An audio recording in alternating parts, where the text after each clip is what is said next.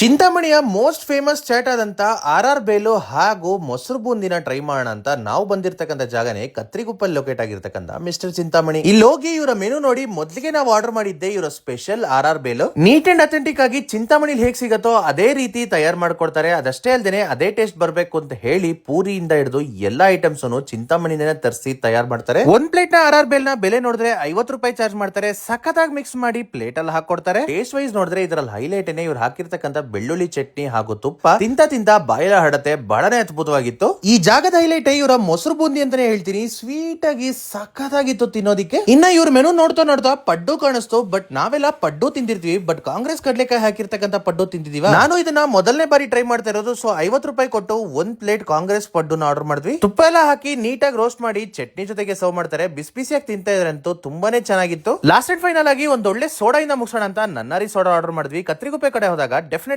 ಒಮ್ಮೆ ಟ್ರೈ ಮಾಡಿ.